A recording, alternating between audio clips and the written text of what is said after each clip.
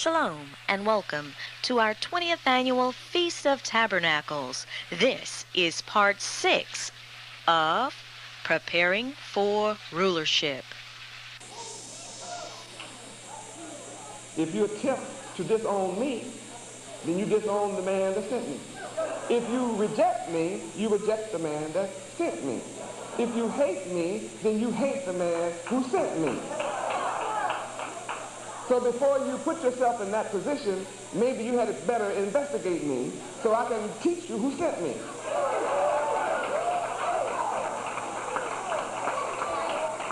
You cannot know the man that sent me until you learn of me. And then when you learn of me, you'll then discover you have met the man who sent me.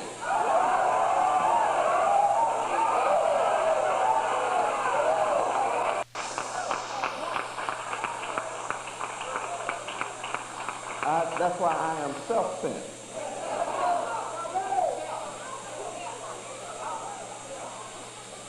Myself is yourself. But yourself may not be myself.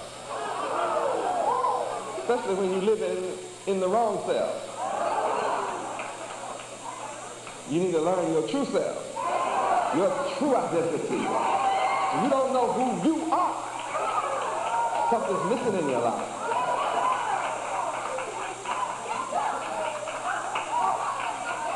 So you have to be intellectual to understand what I'm talking about. When you're carnal-minded, you think all these people are worshiping me, my flesh. No, they're not worshiping my flesh, they're worshiping me.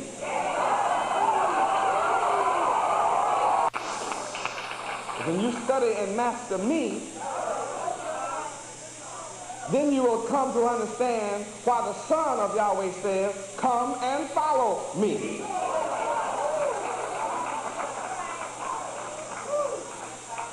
When you're carnal-minded, you see my flesh. You can't understand what I'm talking about. But the Son of Yahweh says in his holy word, come and follow me. You have to learn of me. Then the word says, come and learn of me.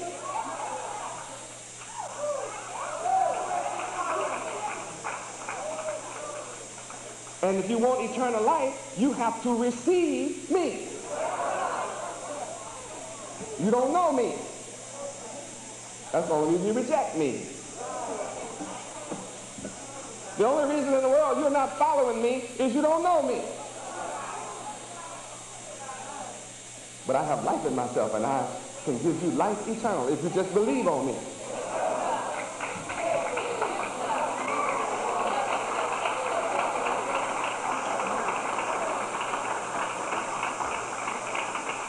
What a blessing.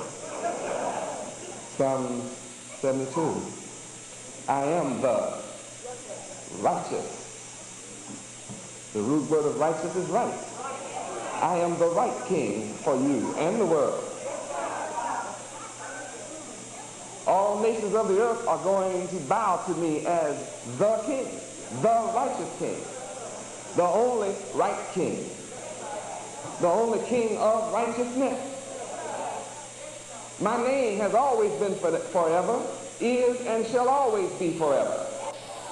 All the nations of the earth thought they had hid my name. And no one would speak my name. They declared my name to be ineffable, too holy to be spoken. And hid it from you. And no man on earth taught me my name. I'm self-taught. I taught myself my name, then looked it all up and everywhere, and I find it all over the earth, all kinds of books. My name is that, as the God of Israel. Where is my teacher? I come in the name of my Father. My Father's name is Yahweh. My name is Yahweh ben Yahweh. You say your father's name is David, you carry the name David. You say your father's name is Smith, then you carry the name Smith. You say your father's name is Greenleaf, Underwood, Roundtree, Square Tree. You carry that name. So I'm teaching you who my father is. His name is Yahweh. And I come in his name. Yahweh ben Yahweh. That means Yahweh, the son of Yahweh.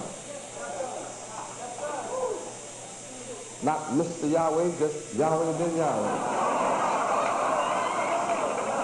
And then before you can say that I am not king, then you have to study kingship. You have to study kingdom. The king has to have a kingdom. Now, the people of the world are facing war all over the earth. In the Persian Gulf, it's building up. Building right on up into the valley of Jehoshaphat. Building right on up. More and more nations are joining. I watched headline news today. More and more nations are joining. Sending ships.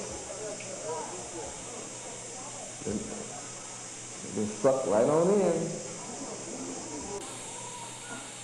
A holy war. Armageddon means holy war. The last war. The war between God and the devil. That's what this war is about. And you are involved. Dangerous time. The rulership of the world is mad.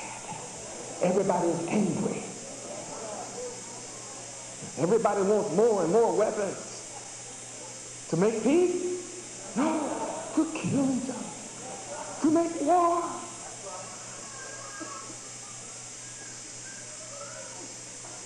America is an armed camp. Everybody got guns.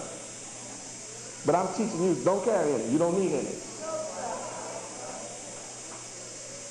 I conquer neighborhoods without a gun. I conquer neighborhoods, drive out criminals, drug addicts, and prostitutes. You don't exist around my property.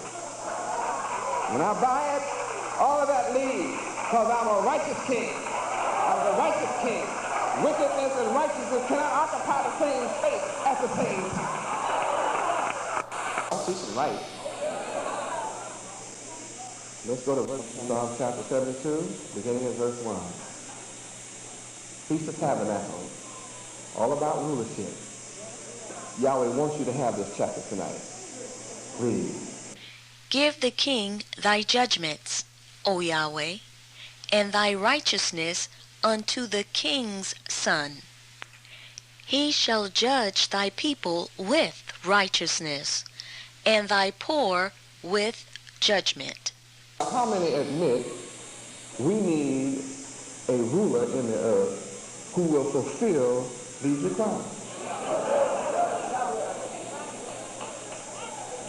You know that when you go before the present rulers in their court system, you're not going to get justice. As a people, we do not get justice.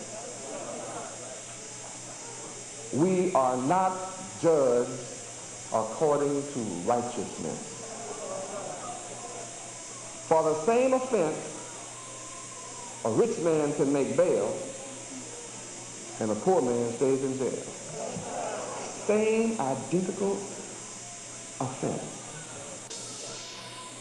That's a double standard. The wicked who are rich can walk free, while the poor man charged with the same thing and innocent remains in jail. Think about that. The wicked, guilty, who have money, walk free, while the innocent, without guilt and without money, remains in prison. A wicked man in America, in this system of rulership, even all over the earth, a wicked man who can afford a good high-powered lawyer can come away clean while a poor man that is innocent gets a court-appointed lawyer and gets 100 years, proving that when the wicked rule, the people mourn. Let's look at Proverbs 29:2. Read. When the righteous are in authority, the people rejoice. But when the wicked beareth rule, the people mourn. Well, what's the condition of the people in the world? They're mourning because the rulers are what? I am the righteous king, and I'm building a kingdom. I started alone. And when you look around, you see that I am not alone. I am all over America. I am outside of America. Everywhere. I told you I'm all over there and growing every day. I'm building my kingdom. Forever kingdom. I am the righteous king of what I'm building. And I am the righteous king of what I'm building. And everyone here is a voluntary member of the kingdom of Yahweh.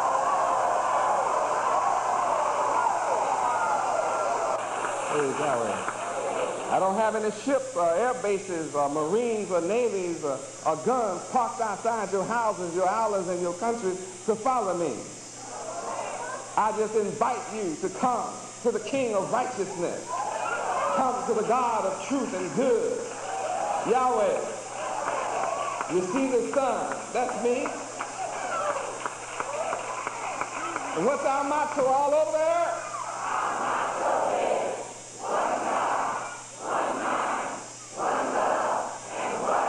Now you check that out all over the planet.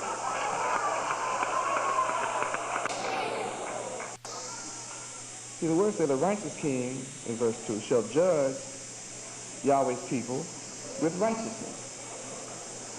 In order for me to be this righteous king, then I am duty bound. It is incumbent upon me to judge with righteousness. I cannot do anything else. If I do anything else, I would be out of character and not the one. So in all matters of judgment, I have no choice but to judge with righteousness. And I will not overlook the poor. I will even give righteous judgment to the poor man and woman. Verse 3, read. The mountains shall bring peace to the people. What does that mean? Right, when you read mountains, in most instances in the scripture, this is spiritually referring to the government of the earth because of my righteous judgment. Yes, read verse 3. The mountains shall bring peace to the people, and the little hills by righteousness. Keep reading. He shall judge the poor of the people.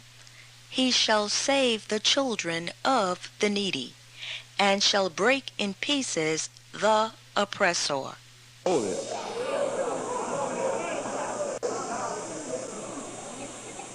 Whoever is oppressing you, I'm here to break them in pieces. And can you imagine me breaking America with all of her might in pieces? But I've taught you how today. All you have to do is be Yahweh's servant.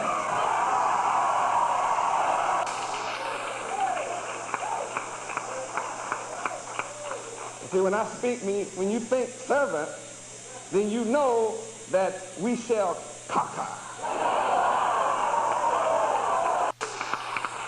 Serve like a ant.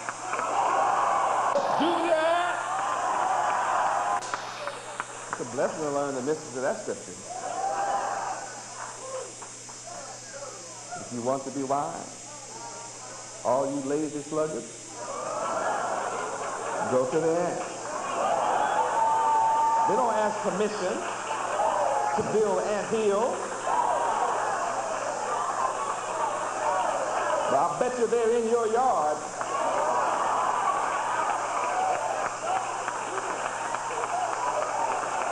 All over there.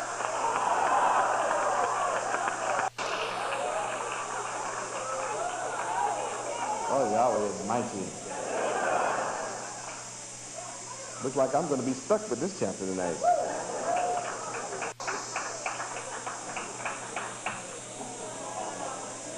How many can now witness that I indeed am breaking in pieces the oppressor?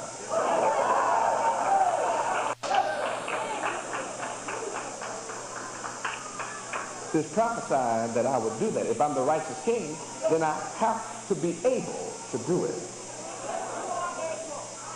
I have to be able.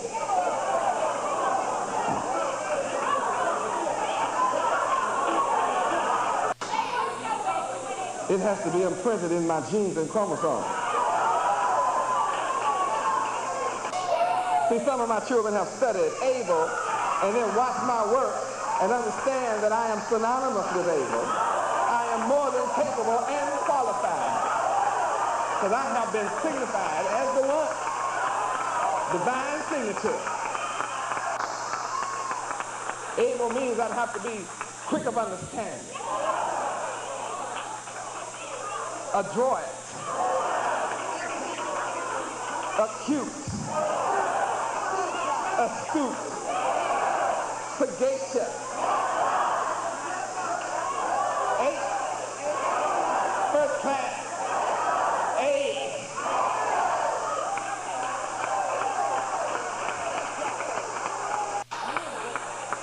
If you haven't studied those words, you can't make no judgments right now.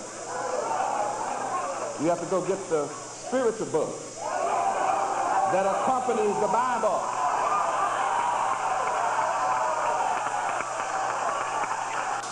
So you can look around and tell who was here today.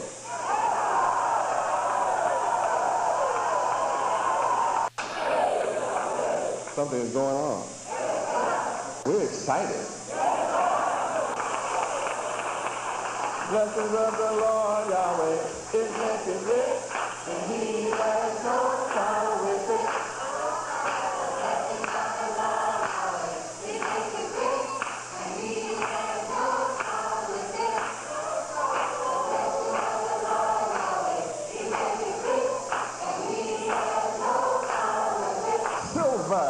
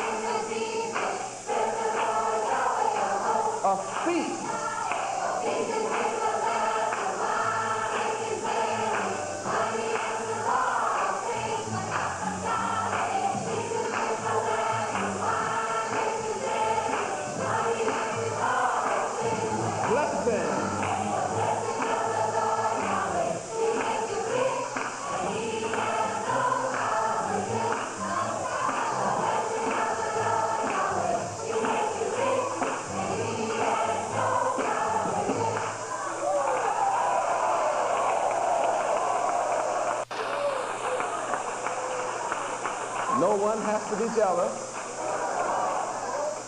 I'm more than able, capable, ready, willing to make every one of you rich that wants to be. All you have to do is accept Yahweh and receive me. All right, now let's look in the Bible and see if what we've sung is in there. The blessings of Yahweh make us rich and no sorrow. Proverbs chapter 10, verse 22, to you who don't know. Proverbs 10:22. Read. The blessing of the Lord Yahweh, it maketh rich, and he addeth no sorrow with it. You've been programmed by wicked people that To be poor is a wonderful badge to wear.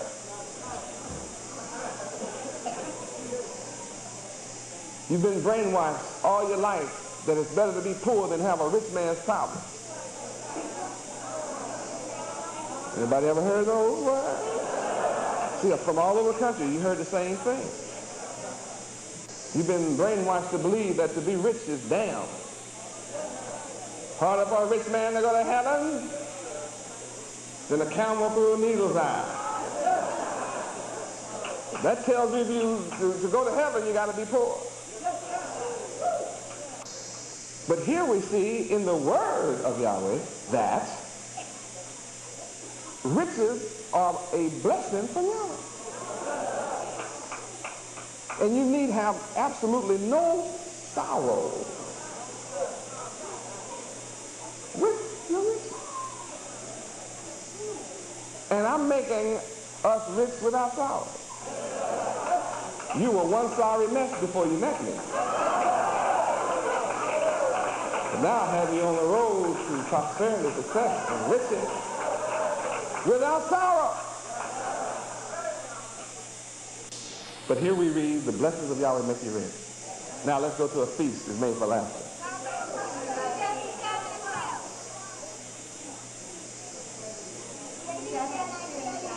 Ecclesiastes 10:19.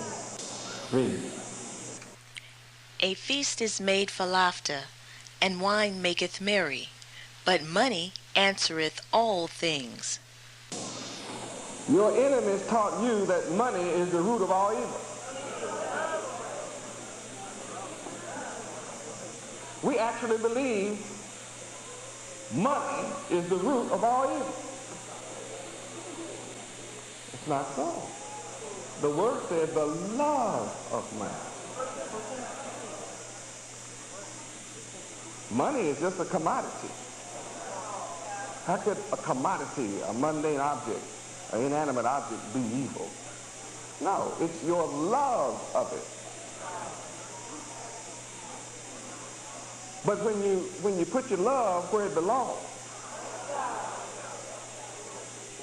in and on Yahweh, then you find out money is a defense.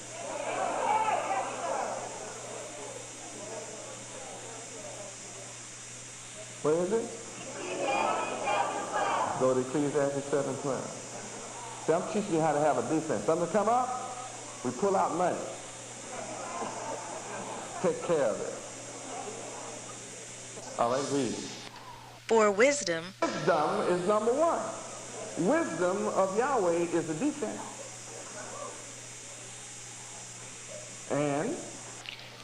And money is a defense. But the excellency of knowledge is that wisdom giveth life to them that have it. Please turn to site. Money can't give you life, but it is a defense. But those that have wisdom have the best thing. People who have money can lose it. Without wisdom, you will lose it. Somebody smarter or more crooked can scheme you out of your money if you don't have wisdom. And if you have larceny in your heart, you'll lose everything you have trying to get something for nothing.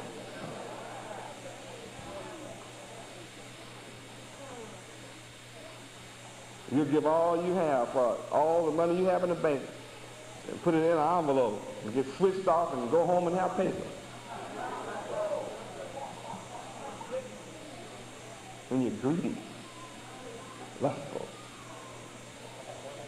Back to Psalm 72.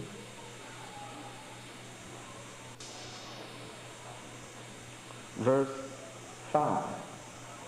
Read. They shall fear thee as long as the sun and moon endure, throughout all generations. I am the righteous king that everyone shall fear. If there's anything about me that upset you, then that's fear.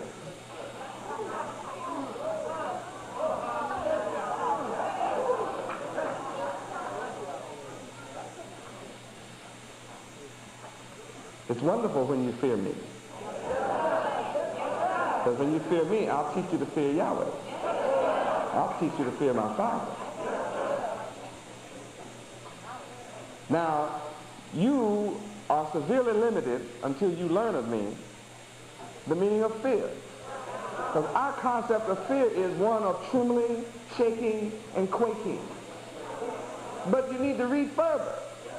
Because fear deals with love, reverence, awe, devotion, honor, glory, respect, veneration.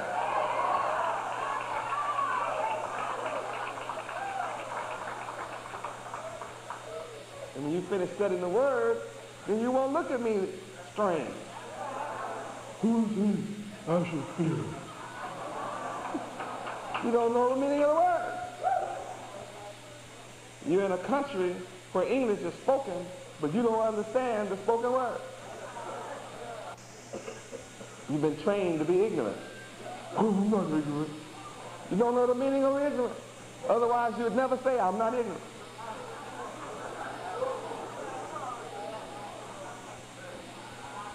You simply don't like someone pointing to you in what you perceive to be a negative vein. So you feel insulted and take it as a personal affront when someone says, you're ignorant. Ooh, you're ready to fight, cut, kill, curse. Call me ignorant. Then you want to start playing the dozens and say funny things about people. Go on the defense. When you do this, you demonstrate you're ignorant. Because the more intelligent you are and the more knowledge you have, it's the more you realize how ignorant you are. Because ignorance is really means to be without knowledge about something. And if you're not knowledgeable about all things, then you're ignorant. You suffer from ignorance.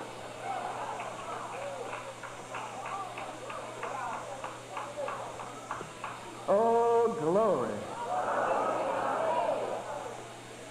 I told you have to be intelligent to follow Yahweh. How can you follow the creator of the sun, moon, and stars and be ignorant? And then say, I'm God's child. I mean, see, if a prophet was ignorant, the first thing Yahweh did to him was educate him. He gave him a vision. Because all the people were perishing without the vision, and he would perish too without the vision. So the first thing Yahweh did to a prophet and a servant was take him off and give him a vision, so he'd have some sense. Dispel his ignorance so he could see something. And then he knew how ignorant he was before Yahweh got hold to him, so Yahweh had no problems with him. So the prophet will always give credit to the one that gave him light, the one that enlightened him, the one that revealed the secret of the heavens and the earth to him. He said, I didn't know nothing. I was as nothing and less than nothing. But surely I have met the God of heaven that gave me a vision. And you better hear what I have to say. You know how crazy I was before now. You know why a prophet and a servant of Yahweh never needed a book or a Bible when he came to the people? Because everybody in town knew he was a fool. Everybody. He was born there. The book tells you a prophet is without honor in his own city and country. Why is he without honor? Because everybody knew, man, how you going to tell me? Well, I know you were illiterate in school. You were dumber than me. How you going to stand here?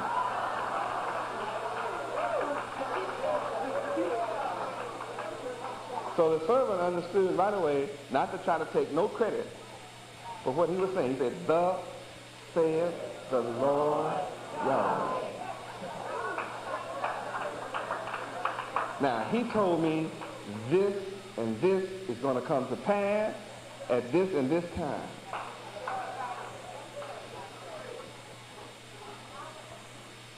And Yahweh, knowing what's going to happen and being in charge of what's going to happen, makes it happen, then the people have to respect him as a prophet, meaning one who can foresee. But he never lets the people forget that it's not him that's foreseeing, that it's the one who raised him up that's causing him to do this.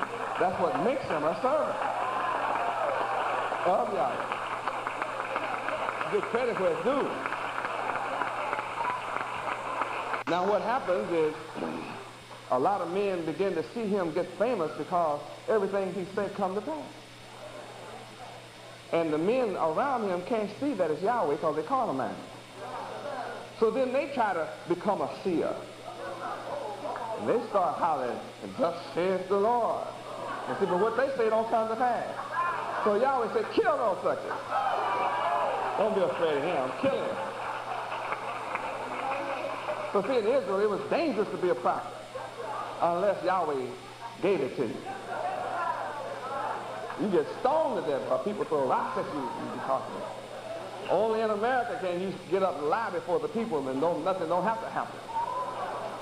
And they'll follow you. The more lies you tell, the more they'll pay you.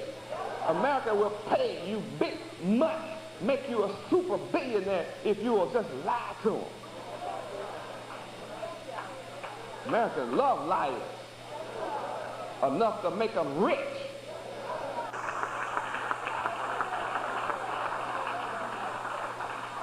You see, I say I'm the righteous king. Even if you do not wish to accept me as the righteous king, I'm still teaching about the righteous king and what the righteous king must do.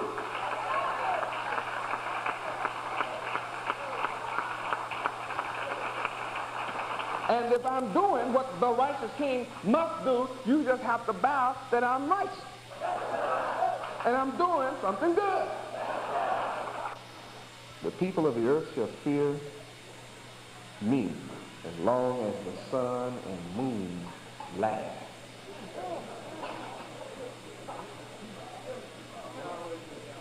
As long as the sun shines, all generations shall hold me in reverence as the one who worked the only miracle of blowing Gabriel's trumpet, opening up the grave of the dead, who rise from the 6 feet, representing 6,000 years of dirty, filthy rulership.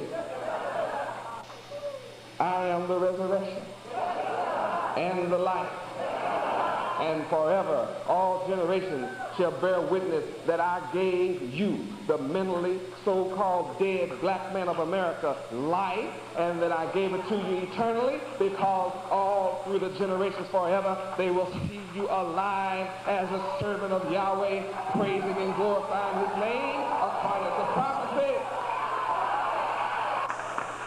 I am born to guarantee that Yahweh's name shall be forever praised as God of all gods, King of all kings, Lord of all lords. No man can accomplish through the earth what I do. I shall see to it that the earth is full of the knowledge of Yahweh. Let all the earth clap their hands. Even the trees are going to clap their hands. The rivers and the oceans shall rise up, and the waves shall clap their hands. Yahweh.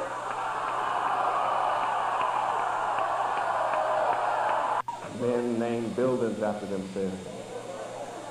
Men name streets after themselves. But I name everything after my Father, Yahweh. That's why he chose me as his son.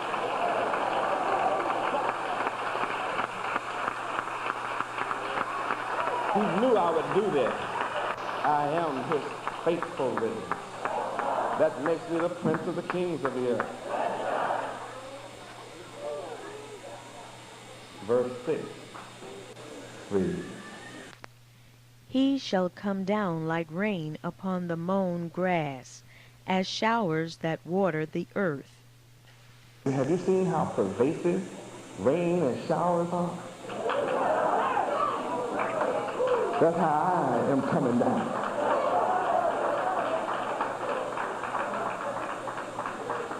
That means the wisdom that I bring from Yahweh must come down like this. No question about it. It didn't say I might do it. I shall come down. Like the rain on mowed grass. What happens when the rain hits mowed grass? It sprouts up. It causes a new growth to spring forth. And I'm causing a new growth of thoughts inside your mind. Spring forth. Your thoughts have been mowed down, but I'm bringing a fresh rain, a fresh shower, so that a new growth and a new you coming forth. Verse 7, read. In his days shall the righteous flourish. See, in my days, that means while I'm walking around among you, while you can see me, I exist before this body.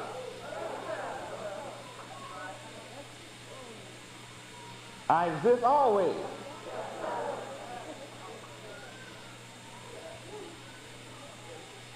I'm self-existent. Now, if these are my days,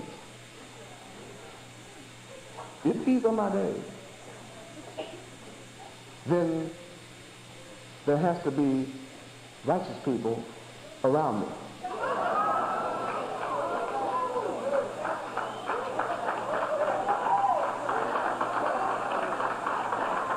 And since I come to a people that have been totally corrupted by the wicked one, then in my days, since they don't exist, it means I have to turn them from their wicked ways and make a righteous people out of a formerly wicked thinking people. And then that's the first miracle, then create another miracle. Make them flourish. Am I doing that? Then I must be the righteous king. That is written here. I'm doing the work. One thing about it, you have to admit, if you don't think I am the righteous king he's talking about, I'm sure doing what the righteous king is supposed to do. You cannot deny me that. I'm justified by my works. If you don't believe my words, you must believe I'm doing this work, because it's self-evident. It's self-evident. And that makes me a mighty man to be able to take a people who are practicing wicked, turn them from their wicked ways to a righteous way of thinking, and then make them flourish and be rich.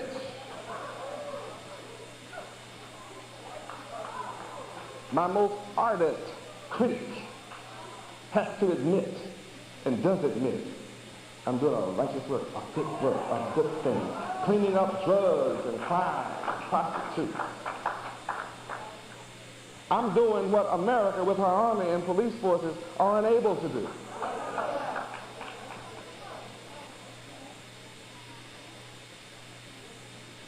All the preachers in America together are unable to do what I'm doing in the world's face.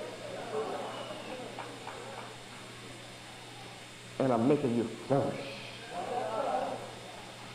Whew. I told you you're reading about me.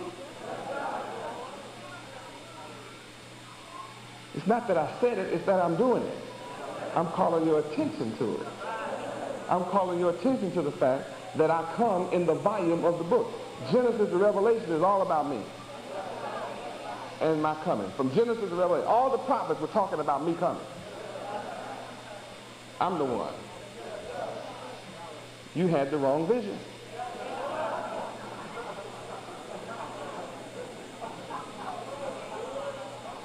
If you did not have the wrong vision, you wouldn't have any problem with me. Which one do you prefer?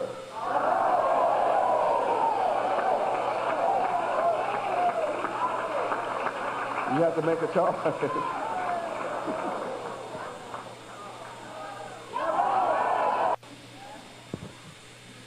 If color makes no difference,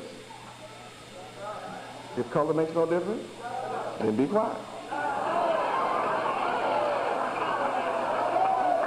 Irrefutable. Verse 7. Read. In his days shall the righteous flourish, and an abundance of peace, so long as the moon endureth. Now the word flourish in the reference says prosper. Flourish means to prosper. Prosper means to grow rich. Grow in abundance. That only fulfills, since I'm accomplishing that, that means I fulfill another scripture which says, I come to bring you life more abundantly. I'm fulfilling the word. And I'm doing it as long as the moon shall endure. So if you wonder about me, then go out and look at the moon. And in the sun, you'll find out how long as that sun is shining. I'll be around, causing the righteous to prosper. That's why I came after the sun. As long as you see the sun, you know the sun is ruling.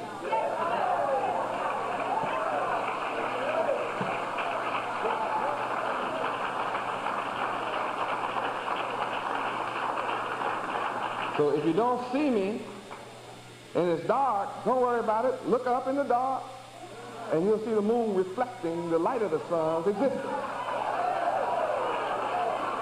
Proving the sun is still here, though you may be in darkness for a moment, but the sun is still here. It'll be up. The sun is coming up. Don't worry about it. If it's cloudy when the sun rises, don't worry. Go up above the cloud. That's all. You'll find that I'm up there. Shine. This concludes part 6 of Preparing for Rulership.